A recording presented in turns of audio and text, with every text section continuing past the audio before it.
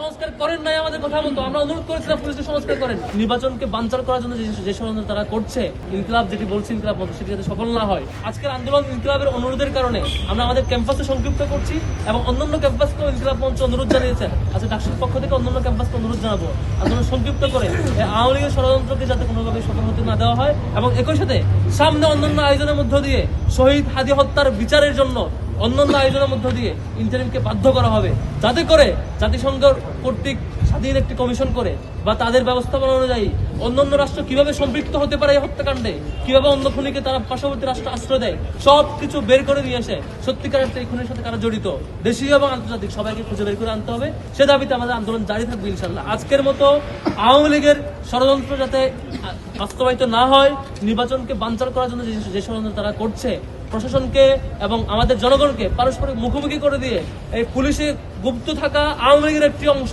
এবং শাহবাগে জমায়েত হওয়া আরেকটি অংশ, ইনকিলাব যেটি বলছে ইনকিলাব মঞ্চ, সেটি যাতে সফল না হয় এবং সেটি যাতে সফল না হয় সেই চেষ্টা আমাদের থাকবে। সম্মানিত বন্ধুগণ, ডাকসুর জায়গা থেকে আমরা গভর্নমেন্টকে আহ্বান জানাবো অতি দ্রুত পুলিশের মধ্যে যারা আওয়ামী লীগের এজেন্ডা সার্ভ করে আমাদের বোনদের উপর হামলা করেছে, আমাদের ভাইদের উপর হামলা করেছে এবং জুলাইকে মোকারি করে নানা ইঙ্গিতপূর্ণ আচরণ করেছে, তাদেরকে দ্রুত ফাইন্ড আউট করুন, তাদেরকে খুঁজে বের করে তাদেরকে পানিশমেন্টের আওতায় নিয়ে আসুন।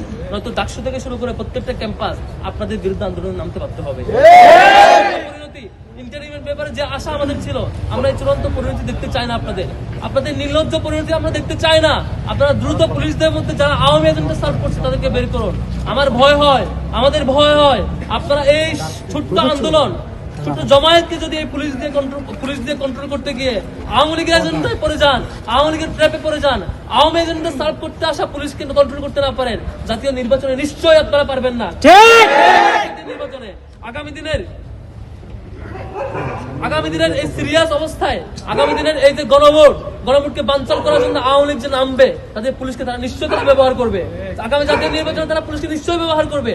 শহীদ হাদি হত্যার বিচারকে কেন্দ্র করে যদি পুলিশ এ ধরনের ডিজাস্টার নামে আনতে পারে, আমাদের বন্ধুকে মকারি করতে পারে, জুলাইকে মকারি করতে পারে, তাদের উপর নির্ভর করে আপনি জাতীয় নির্বাচন কেমনে করবেন? পুলিশ সংস্কার করেন নাই আমাদের কথা মতো। আমরা অনুরোধ করেছিলাম পুলিশের সংস্কার করেন। অতি দ্রুত পুলিশের মধ্যে এই জড়িত অপরাধী সহ আরো কারা আওয়ামী লীগকে সার্ভ করছে তারা খুঁজে বের করুন এবং তাদের বিরুদ্ধে ব্যবস্থা নেই। আমরা ইনকিলাব মঞ্চের অনুরোধে আজকের এই সংঘাত এবং আক্রমণের প্রতিবাদে যে গণজমায়েত এবং বিক্ষোভ ছিল, আমরা গণজমায়েতের মধ্য দিয়ে সম্পন্ন করছি।